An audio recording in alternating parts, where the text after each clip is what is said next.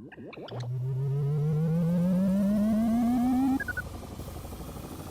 1 loaded.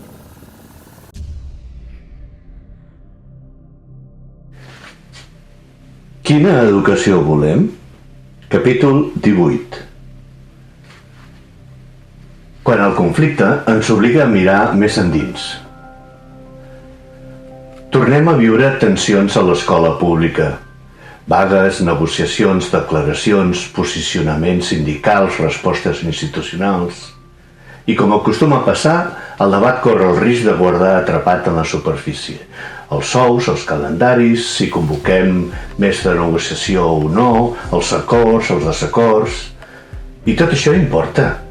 Però després de més de 40 anys vinculat a l'educació, jo crec que el conflicte ens està interpel·lant sobre alguna cosa més profunda.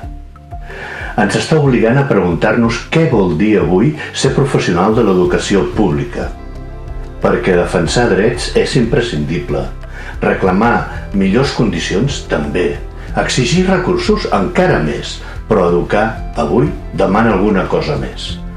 Demana sentir que no ocupem només una plaça, que no complim només un horari, que no defensem només un estatus. Demana comprendre que formar part del servei públic educatiu és assumir una missió, una responsabilitat amb infants i joves, amb les famílies, amb la cohesió social, amb el futur del país.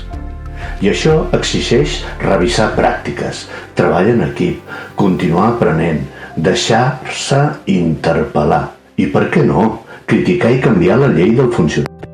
I de vegades sortir de zones de confort que tots, també l'administració, podem haver construït. L'administració educativa, per la seva banda, també ha de fer política. Durant anys, molts centres han viscut processos accelerats, burocràcies excessives o decisions insuficientment dialogades. I aquests dies hem conegut un fet que, en una democràcia madura, no hauríem de normalitzar: la presència de policia de paisà en una assemblea de docents. Perquè la confiança en educació i en democràcia no és un detall menor. La democràcia no es construeix només amb lleis, ni amb procediments, ni amb institucions. També es construeix en la manera com gestionem el desacord, en la manera com escoltem la crítica, en la manera com tractem aquells que s'organitzen, discrepen o reclamen ser escoltats. I davant de tot això, jo em faig una pregunta que em costa treure'm del cap. Per què costa tant fer un primer pas? Per què costa tant trobar punts de trobada abans que el desacord generi encara més distància? Perquè educar també és això, Aprendre que discrepar no ens hauria de portar automàticament a desconfiar, sinó a escoltar millor. I quan la desconfiança es debilita, el conflicte deixa de ser una oportunitat de millora i corre el risc de convertir-se en distància, en sospita, en murs. I malgrat tot, jo encara crec que som a temps. Som a temps de reparar. Som a temps de que sindicats i administració trobin aquest espai comú. Som a temps de recuperar la paraula. Som a temps de reconstruir confiança, perquè una escola pública forta no es construeix des del control, sinó des del respecte, del diàleg i de la confiança mútua. Perquè quan es trenca la confiança, no només hi perd l'escola, hi perd la democràcia i perdem tothom.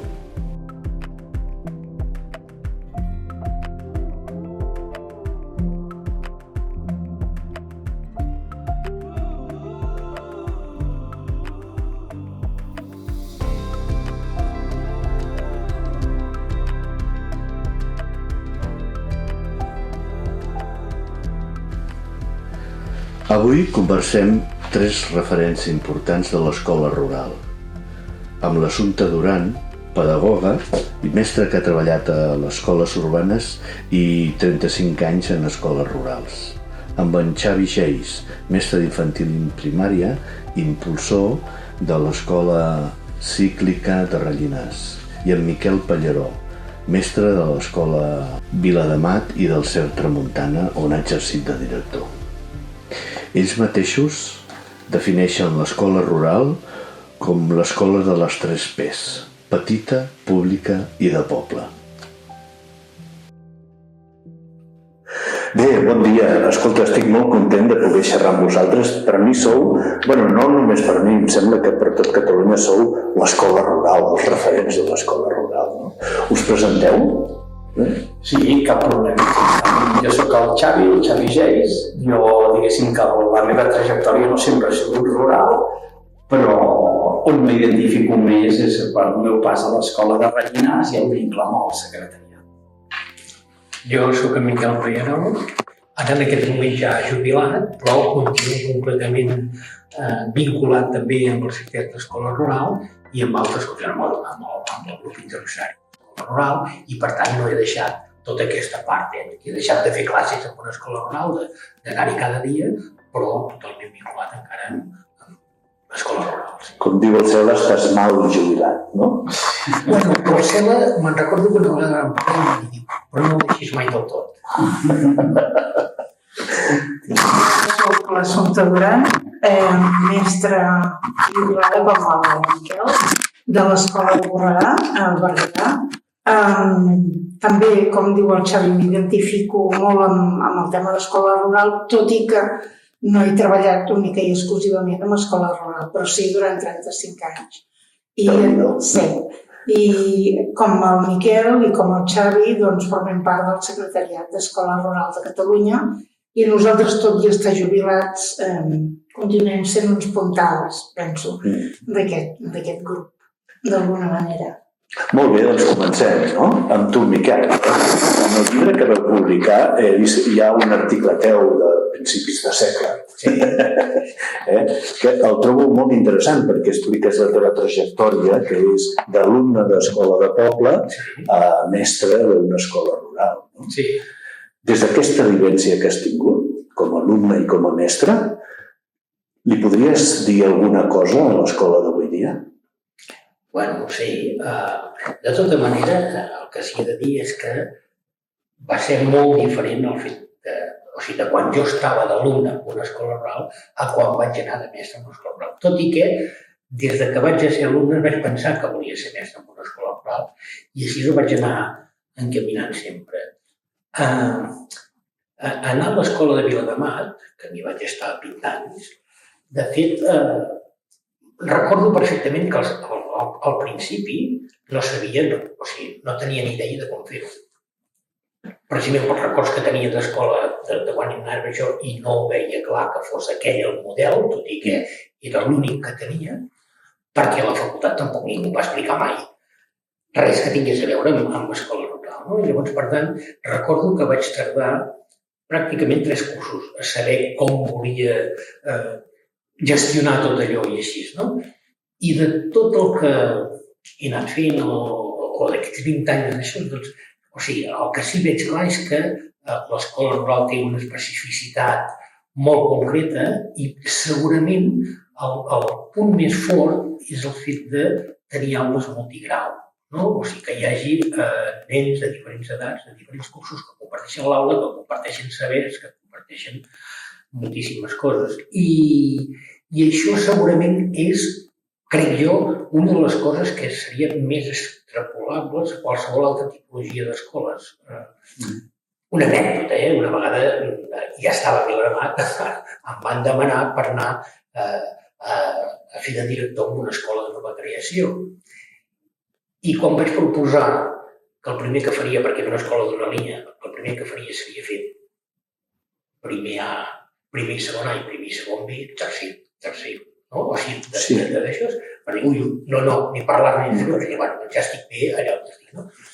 Però penso que aquesta part de com gestionar una aula multigrau, de com fer que aquells alumnes de diferents edats comparteixin els sabers, el currículum, la manera de treballar, doncs crec que és el més important que es pot transpassar a qualsevol tipologia d'escola. De fet, hem de pensar que en un moment determinat, quan es comença a parlar de l'Escola Nova 21, comencen a agafar aquesta tipologia de metodologies, de començar a barrejar alumnes diferents, de treballar més, jo què sé, per projectes unes metodologies molt semblants a el que treballàvem a l'escola oral.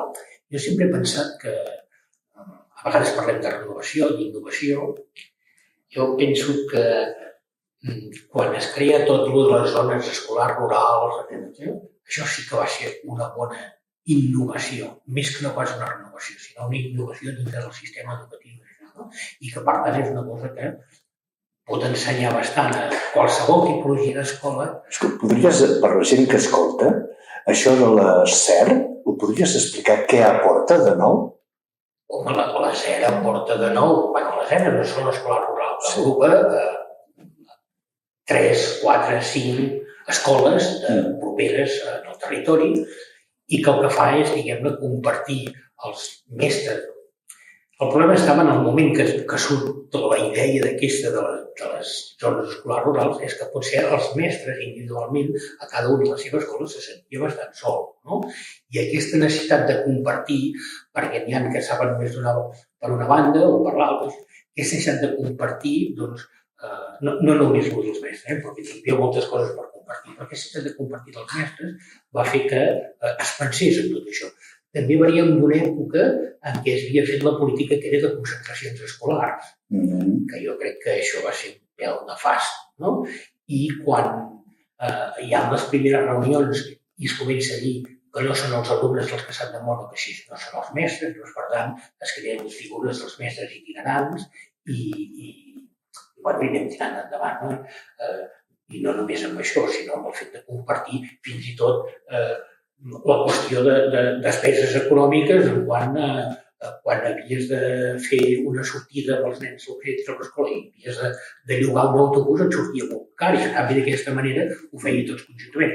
I potser el més important és el fet que com a SER es tracta bàsicament de compartir tots el mateix projecte educatiu respectant sempre la singularitat de cada una de les escoles. Però es tracta de què dius, compartim un projecte, i si cada escola té més a més alguna particularitat, que sumi en aquest projecte de tota la SER, no? Ja està, es tracta només d'això, de sumar sempre per comptes de dividir o de restar. Vaja, que és una proposició de que treballeu en equip, no? Exactament, sí.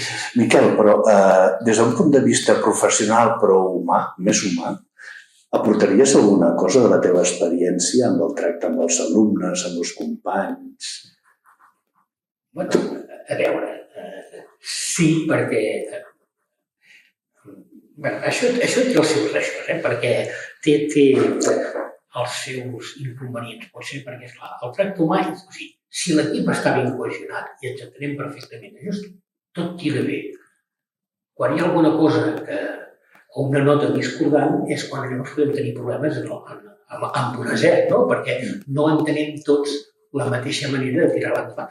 Sí, jo sempre he entès la SER com una manera de gestionar-la transversalment, no verticalment. No? Quan hi ha això de que és més vertical i que hi ha algú que creu que està per sobre dels altres, perquè, esclar, quan estem en una SER resulta que hi ha un equip directiu de SER. L'equip directiu de SER hauria de ser el director de la SER, el secretari, el cap d'estudis i el director de cada una de les escoles. No?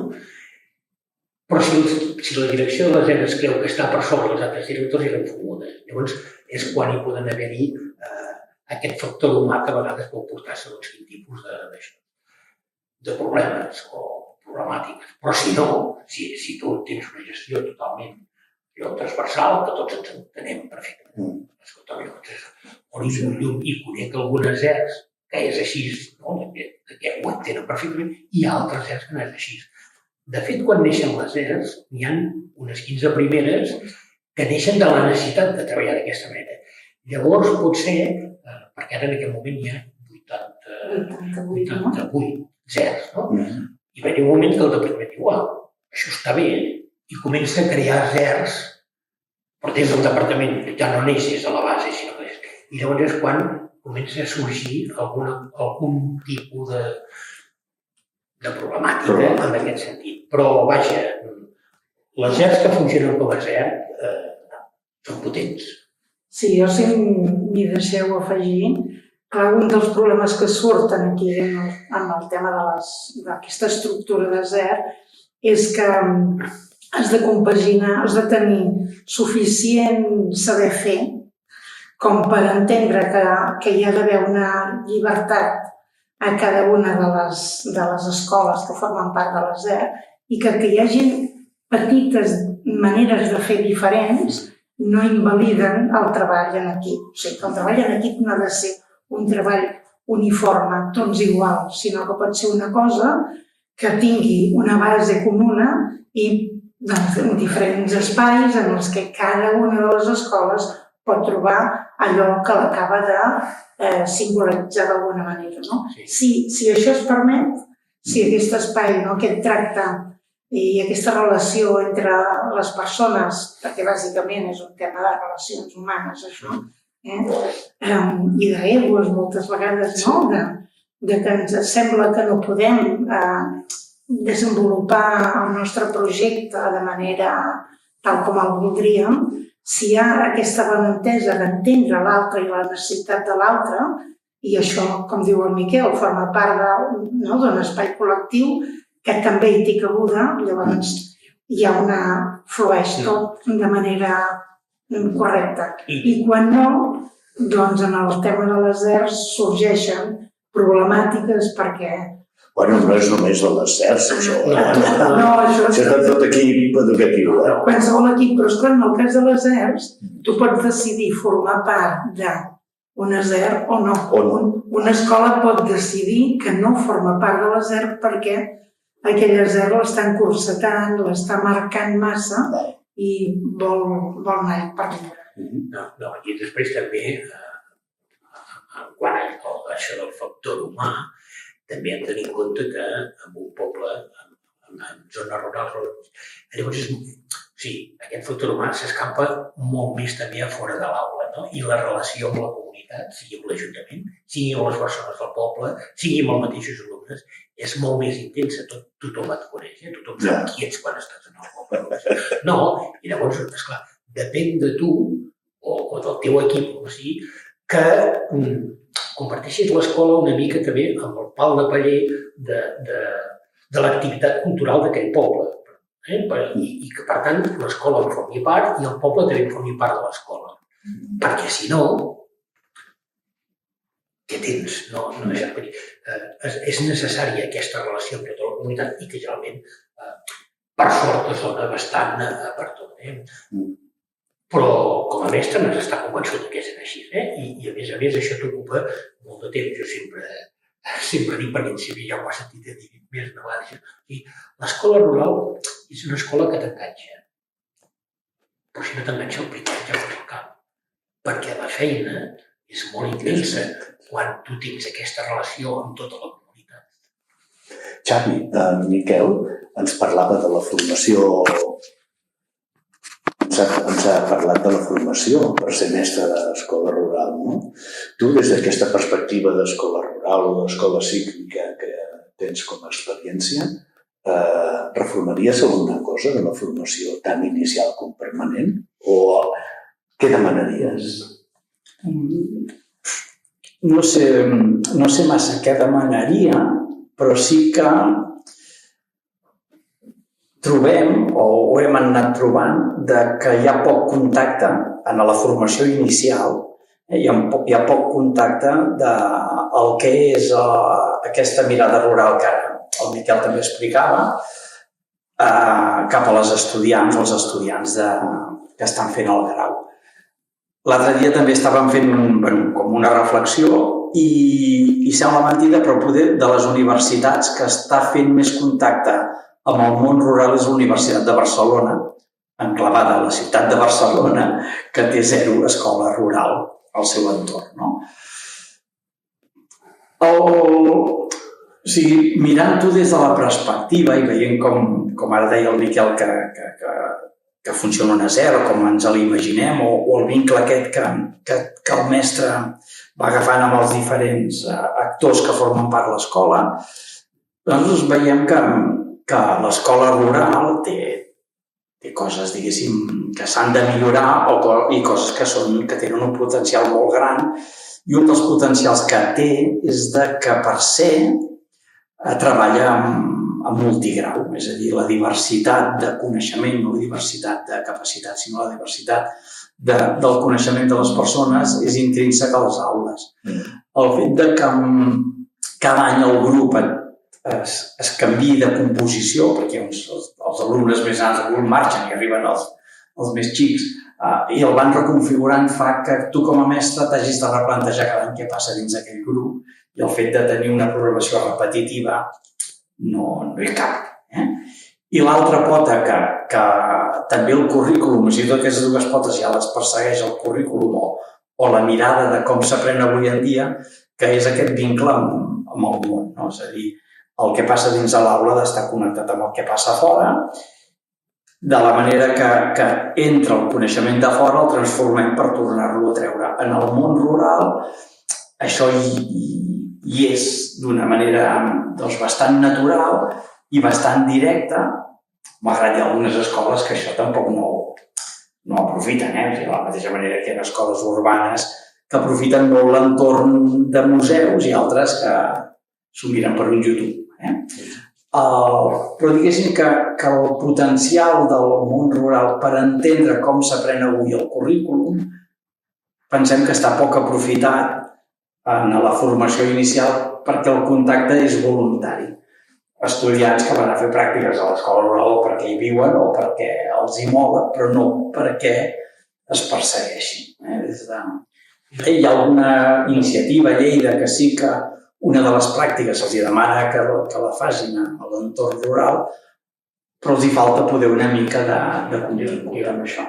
En aquells moments, a la formació inicial, podríem dir que això que acaba d'explicar del pràcticum amb alternança de la Universitat de Lleida, que jo trobo que és un bon model, el fet que hagin de passar tots els alumnes, almenys una vegada, per una escola rural i per tant hi tenen un contacte i poden començar a entendre el funcionament de tot això. Universitat de Girona, optativa d'escola rural. Per tant, vol dir que no tots els alumnes veuen això. A la Universitat de Vic hi ha un seminari sobre escola rural i llavors el que existeixen són, perquè fa 2 setmanes, 3, vaig estar-hi, vàrem estar-hi, amb l'assumpte a les jornades del grup interuniversitari d'escola rural que s'organitzen cada any per alumnes de les diferents facultats, almenys són 8 facultats que envien algunes. Llavors, era interessant veure que molts d'aquells alumnes, perquè quin contacte havíeu tingut o heu tingut en la facultat, zero, molt poc d'això. I fins i tot els que havien fet alguna pràctica a l'escola rural no havien copsat tot això. Llavors, per tant, sí, no sé des de quin estament o des de quin lloc, si des del Departament d'Educació, si des del Departament d'Universitat s'hauria de fer alguna cosa per pensar en això. A més, si ha de ser una cosa optativa, si ha de ser una cosa transversal en els estudis de primer, de segon, però de moment... La teoria, quan vam fer un Erasmus per treballar sobre el tema de la formació inicial i permanent del mestre rural, en el que vam estar a la Universitat de Barcelona, la de Saragossa, Lisboa i Bordeus, a França. I es va intentar esbrinar a veure quin tipus de formació. Doncs costa bastant de saber exactament què caldria, però sí que perquè els professors d'universitat el que pensen és que caldria que hi hagués una formació que fos transversal i que, per tant, tothom, que no fos específica només per a escola rural, sinó que tots els mestres tinguessin una formació que els permetés entendre com funciona qualsevol tipus d'aula, també una aula rural, per tant, que hauria d'estar immersa dintre de la formació que es dona al llarg de tots els anys. Però això no s'acaba materialitzant. Jo una mica el que deia és que les universitats haurien de veure, o sigui, no un roc com la Salvació, que són més guais del món mundial, sinó de dir com un context que pot ajudar els estudiants a obrir o tenir una mirada molt més transversal, molt més acurada, molt més de com aprenem avui, bàsicament. O sigui, i llavors vagin a treballar a una escola de 4 línies o vagin a treballar al mig de Barcelona, és igual. Però aquest contacte penso que és una oportunitat per a les universitats per fer visible allò que intenten transmetre als seus alumnes. Assumpte, llavors, ens podries explicar com funciona una aula per vincular-ho amb això que estàvem parlant ara, no? Què té de diferent una aula de l'escola rural, no? O perquè no tots els mestres s'hi trobin còmodes? D'entrada, quan entres en una aula rural, clar, tot depèn de com sigui l'escola, la tipologia d'escola. Pot ser que sigui una escola d'una sola aula, amb el que vol dir que tens infants des de 3 anys fins a 12, tots a la mateixa aula. Per sort, segons va dir la Laura Domingo, només hi ha 10 escoles en tot Catalunya que tinguin només una aula. Et pots trobar escoles que en tinguin 2, que en tinguin 3, que en tinguin 4. El que sí que està clar és que amb qualsevol una característica de l'aula rural és el que han dit els companys, que és una aula multigrau, en el que hi ha infants de diferents edats que estan treballant conjuntament. Però això dona unes característiques a aquesta aula que difereix de la resta. És cert que a qualsevol aula hi ha nens que tenen diferents nivells, però és que aquesta és evident perquè cronològicament hi ha infants d'edats diferents. Se m'acut una cosa, si ets una persona amb una mentalitat rígida, és molt difícil. Una persona amb mentalitat rígida, entres en una aula d'aquestes i creus que has de fer que cada criatura puguis apropar-li el currículum que li pertoca per l'edat que té.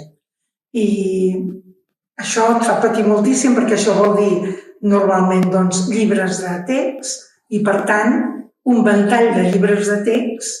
Imagina't, no? Si tens 4 o 5 nivells diferents, 6, 4, 5, 6 nivells, llibres de text de nivells diferents. I això a la pràctica és una cosa que jo diria que és impossible. I t'ho diria perquè un any ens vam plantejar a l'escola, que vam haver de fer una sèrie de canvis, mirar a veure què tal ho tindríem amb algun llibre de text. Llavors, no et tornes boig, però gairebé. Vull dir que presenta una dificultat altíssima en el mestre.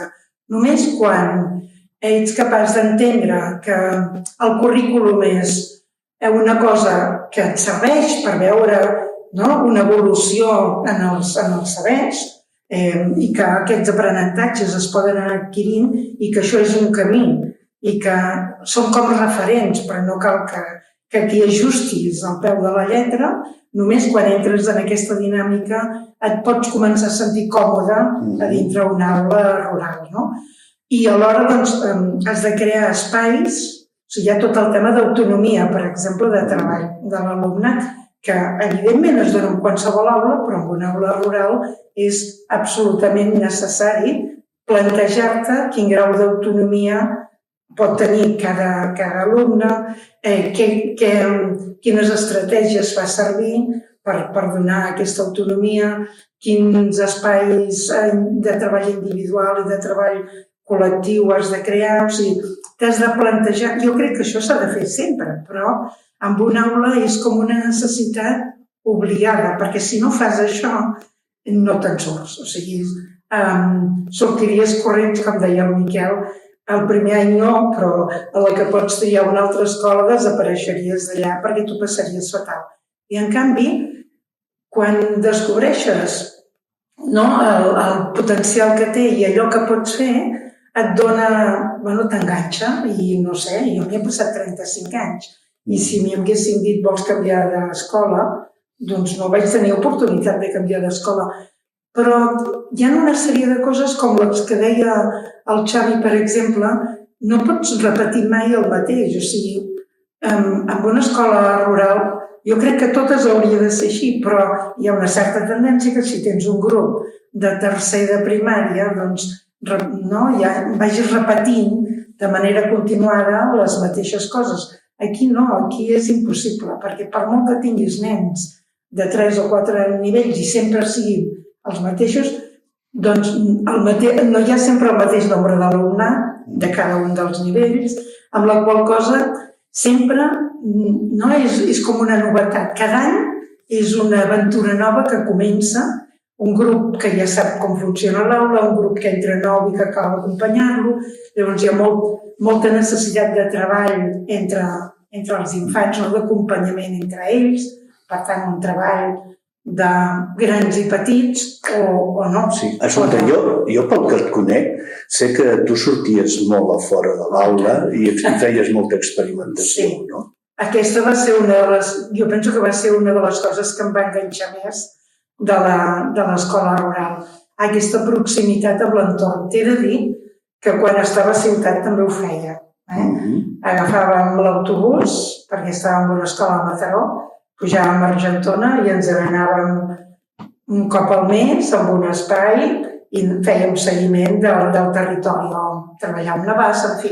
Però, esclar, amb un medi rural ho tens a tocar de la mà. Per tant, aquest sortir de l'escola i aprofitar l'entorn per treballar, o sigui, qualsevol cosa del que hi ha al teu entorn pot ser un objecte de treball a dintre l'aula, no? Llavors, aquest dintre-fora s'acaba convertint, o sigui, l'aula pot ser fora i després entres a dintre per acabar de sistematitzar coses que has vist i has observat a fora. Doncs, a mi, no sé si només és per això, però és una de les coses que em va enganxar molt, el treball amb l'entorn tant a nivell del medi físic com a nivell del medi social, és a dir, poder treballar amb la gent del poble, no? Amb les entitats, amb les persones, fer que les persones del poble entrin i aportin també coses que ells saben, no? I que l'escola acabi formant part d'aquesta comunitat, que sigui un espai on la gent se'l vegi seu i els infants vegin que fan aportacions al col·lectiu doncs que serveix per millorar-lo, no?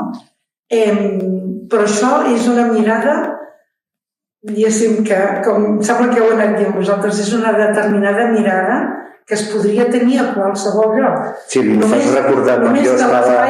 T'ho facilita. Quan jo estava a l'escola del Clot, em recordes coses, no? Sí, segur. El que passa que segur que si estàs en una aula on tens el bosc al costat... Per exemple, només un moment, la mestra dels petits de la meva escola, a la Concepció, cada setmana se n'anaven als Planells, sempre. I una tarda a la setmana se n'anaven fins al bosc, que estava allà mateix, amb nens de 3, 4, 5, 6 anys, i no els calia treballar o estudiar segons quin tipus de coses perquè ho feien in situ, en el lloc, no? Feien cabanes, vull dir, aquest espai, no? Utilitzar l'espai com un lloc on coneixes l'entorn d'una manera directa, observes els ritmes de la natura. Doncs, no sé, penso que és una oportunitat fantàstica que s'hauria d'aprofitar i no sempre s'aprofita. No, i a més tinc moltes vegades quan parlem de l'entorn i així, en els espais rurals pensem únic i exclusivament en l'entorn natural, no? I no, o sigui, hem de pensar que hi ha l'entorn social, l'entorn cultural, fins i tot l'econòmic. Vull dir que hi ha moltes facetes que podem tenir en compte. De fet, aquí que ha sortit el llibre i així, al principi, els primers, parlem, no? De tot que anar a una escola rural com a mestre, la primera cosa que has de fer és anar, almenys uns dies abans, anar al poble i començar a enterar que hi ha, sigui de l'aspecte patrimonial, quines persones et poden ajudar o són interessants per això, perquè sempre hi ha algú que coneix coses. No? La primera feina és aquesta, és a conèixer el poble, abans de conèixer l'escola, és a conèixer el poble. I quines oportunitats et donarà. I llavors, amb això que comentaves o que demanaves de l'aula, no? Hi ha el tema aquest de que sembla molt maco treballar amb edats diferents, però és molt complexa, perquè atendre les necessitats reals de cadascú quan hi ha aquesta diversitat, que ja sempre, ja ho sé, però aquesta és evident, diguéssim que tu com a mestre la veus, encara que no la veiés, o sigui, encara que fossis algú que no la veiés, en aquest cas et queda molt clar. I llavors, no totes les metodologies són útils en aquests espais, no? Llavors has de buscar realment quins tipus de recursos pots fer servir i has de fer un esforç. I amb això jo penso que no n'hi ha prou amb el que tu puguis fer, sinó que t'has d'acompanyar, i d'aquí vindria la gràcia també de, si estàs en una escola de poble, que només hi ha 2 o 3 mestres, formar part d'una zero, el que hi ha altres companys d'altres municipis que tenen problemàtiques semblants a les teves, situacions semblants, i que conjuntament podeu qüestionar-vos el treball, com es fa, mirar quines estratègies es poden fer servir, és a dir, anar avançant conjuntament, no tu i prou, sinó el col·lectiu, amb cada vegada millorar aquelles pràctiques de treballar a l'aula i cada vegada provar coses. A vegades proves una cosa i veus que no t'acaba de donar resposta. O sigui, el que costa és trobar metodologies que et donin resposta a totes les necessitats. I doncs, es tracta una mica d'entre tots anar jugant. És interessant això, aquesta pregunta és pels 3. Creieu que és un tema de metodologia o és un tema més de convicció professional i actitud personal? Bueno, jo crec que hi és una mica tot. O sigui, que, a veure, que si tu vas, com deies tu, amb una idea rígida, sigui la que sigui, no te'n sortiràs. Per tant, has d'estar com una mica obert a veure què està passant i quines possibilitats tens per adaptar-t'hi. Per tant, hi ha una qüestió de mentalitat. Però sí que és veritat que hi ha determinades maneres de treballar que t'hi ajuden, no? I que llavors investigar i anar cap aquí, tu veus quines possibilitats té allò, que si tanques aquestes maneres se't fa molt més difícil. Totalment d'acord amb el que acabes de dir. És qüestió... Jo primer encara hi posaria la convicció, perquè la convicció et portarà a buscar aquestes metodologies i aquestes maneres de fer i a voler tirar endavant aquella aula que tens allà amb nens de diferents edats i de diferents coses. Jo crec que primer hi ha la convicció, però ho ha de fer. Però hi ha de ser. Sí, hi ha de ser. El coneixement. El que a vegades, el que passa a vegades és que és difícil d'explicar.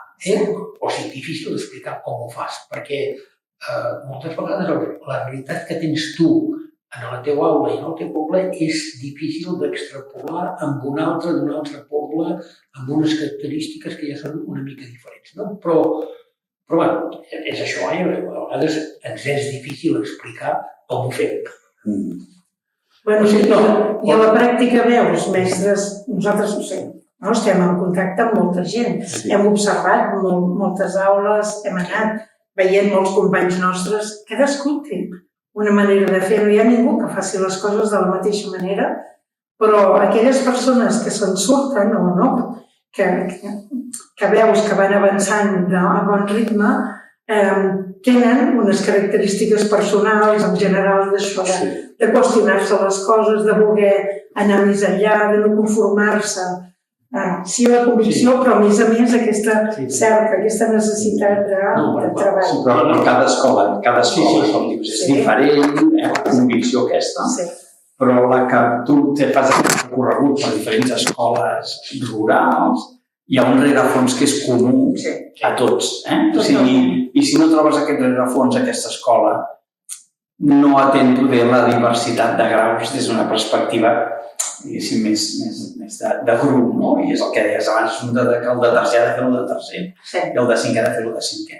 Però si això se supera, que per sort amb l'escola rural no és que estigui superat del tot, però Déu-n'hi-do, sí que hi ha un rerefons, que és aquesta convicció, que també ve acompanyada de metodologia, perquè no tot, el que a les ciutats hi ha escoles que els està funcionant, al món rural no funciona, o no acaba de treure'n suc d'aprenentatge en els centres educatius. Però sí que hi ha un rerefons pedagògic, un rerefons de mirada cap a les persones, que jo diria que és bastant transversal, almenys a tot el conjunt d'escoles que estem treballant. I el que ara neguiteja a les escoles, precisament no són aspectes pedagògics, metodològics, sinó que són altres aspectes. Més organitzatius Sí. i estructurals. Bueno, jo us estic molt agraït que haguem compartit aquesta estona.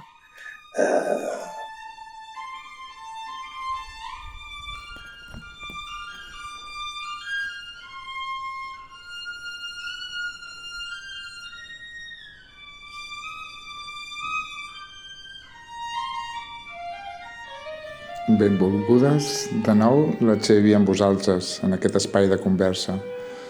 Avui obrim una pregunta que travessa molts territoris i que n'hem parlat en aquest podcast. Què significa viure, créixer i educar des de l'escola rural, quan els cossos, les identitats i les famílies no encaixen dins la norma? L'escola rural sovint és imaginada com un lloc tranquil, proper a la natura, amb vincles més humans i un ritme menys accelerat. I és cert que hi ha una bellesa especial en aquestes escoles petites. Infants de diferents edats, compartint aprenentatges, mestres que coneixen profundament les famílies, camins de terra, horts, muntanyes, animals, silencis. La natura esdevé aula, refugi i possibilitat.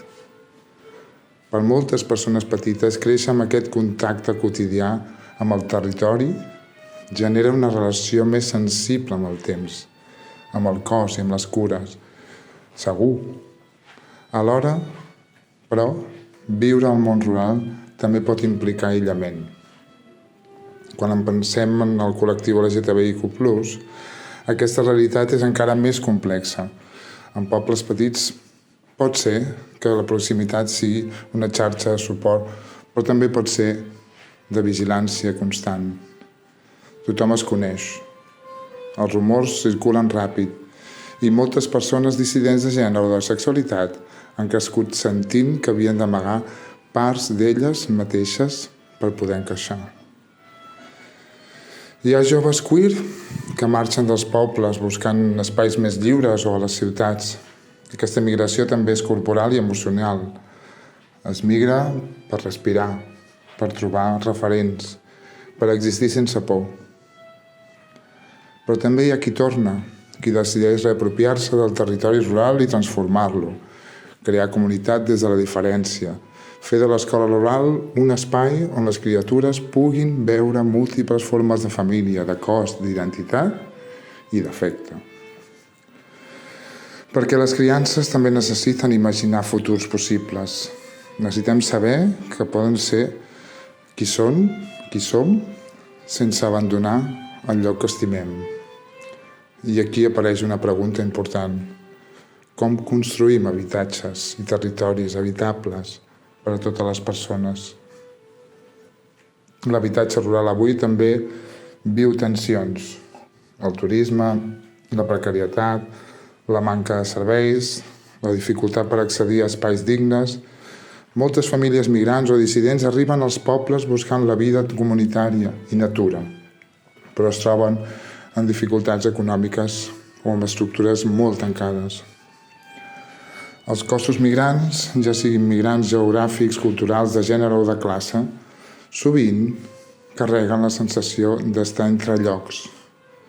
I potser l'escola rural pot ser precisament això, un espai de transició amable, un lloc on les diferències no siguin un problema, sinó una possibilitat de transformació col·lectiva. System 1 loaded.